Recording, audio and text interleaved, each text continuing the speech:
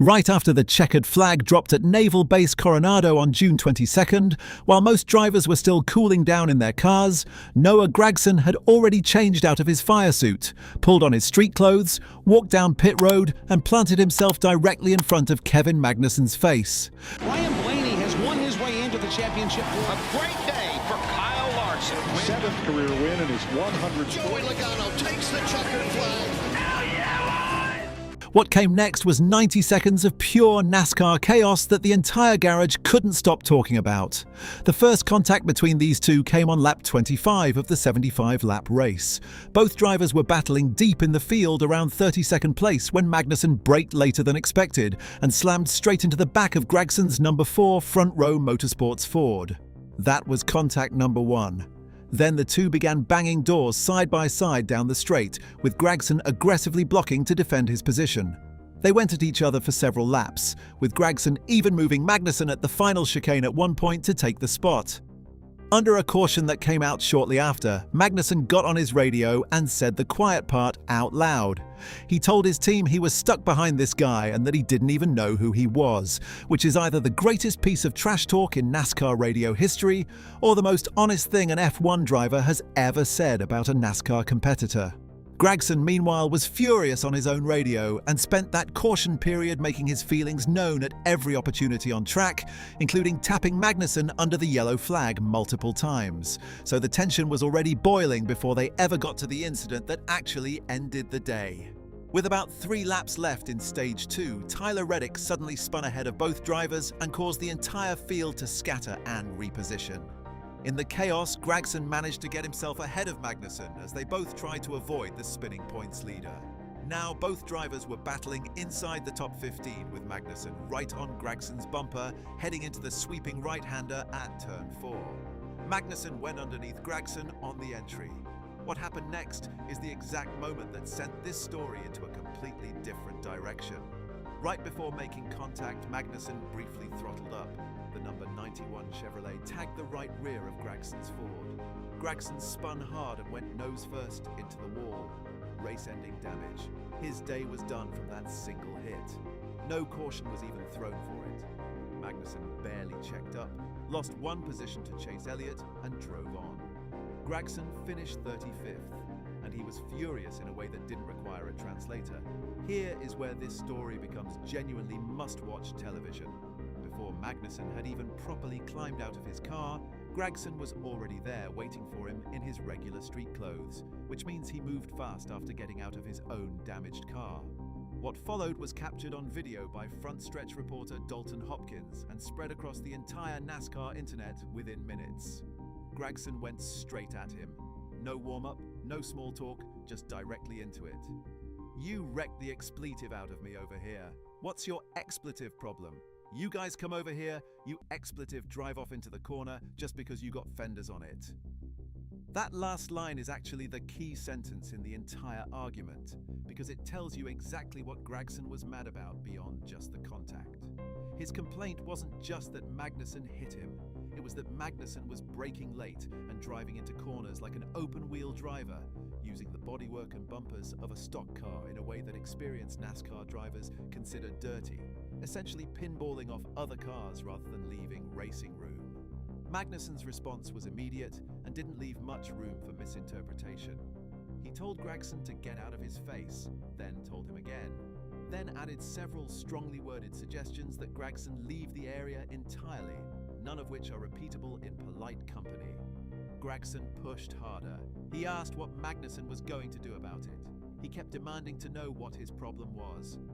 After about 60 seconds of this going back and forth, Magnussen finally gave him an actual answer.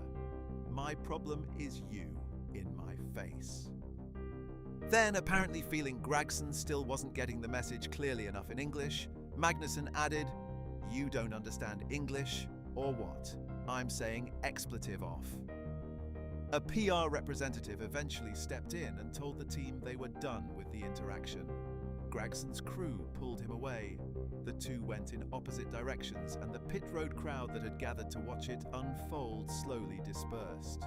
Total duration of the confrontation, approximately 90 seconds. Amount of actual resolution achieved, 0. once the cameras were on them separately, both drivers gave very different accounts of what happened. Gragson went to the media and explained his broader frustration with open wheel. Drivers making their NASCAR debuts and treating the bumpers like a license to drive however they want. He said open wheel guys come over, get fenders and bumpers on their cars and immediately start barreling up inside doors and pinballing through the field. He made it clear he wasn't impressed with how Magnussen approached the contact throughout the afternoon. Magnussen took a completely different tone. He said that after watching NASCAR before coming to Coronado, he already understood that this is how the drivers settle things in America.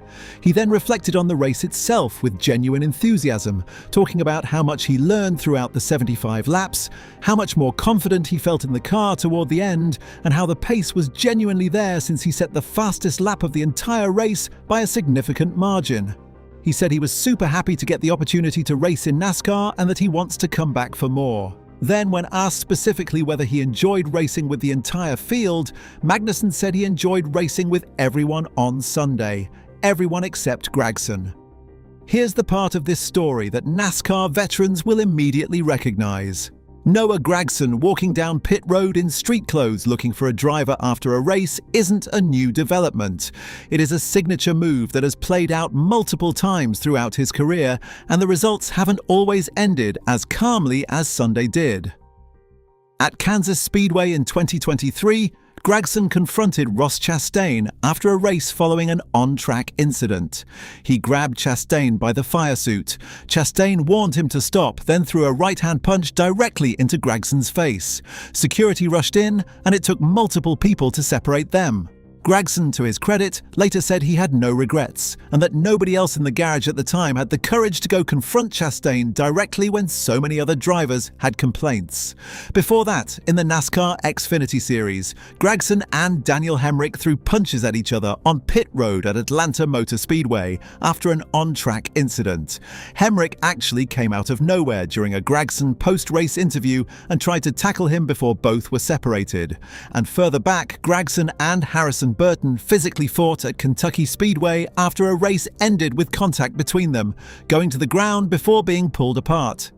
And here's the wildest connection in this entire story that most people have completely missed. Both Gragson and Magnussen have a Gene Haas thread running through their careers. Gragson drove for Stuart Haas Racing in 2024, and Magnussen spent years racing for the Haas F1 team in Formula One before that team shut down its F1 program. They raced under the same owner's umbrella on different continents and different series, and still ended up going at each other on a military base in San Diego on a Sunday afternoon. Sometimes NASCAR writes its own storylines better than any scriptwriter could. Magnussen said after the race that he wants to come back to NASCAR. Project 91 has been steadily bringing international talent into the Cup Series, and a driver who can set the fastest lap on his debut at the hardest street course on the calendar is exactly the kind of driver Trackhouse would want to bring back. Whether he comes back to another road course or eventually tries an oval is an open question, but his appetite for more racing was obvious from everything he said after the race. Gragson, meanwhile, carries a 35th place finish away from San Diego. If this breakdown had you locked in from the first second, smash that like button right now and help this channel keep covering the moments that actually make NASCAR worth watching. Hit subscribe and tap the bell so you never miss the next blow up the moment it happens.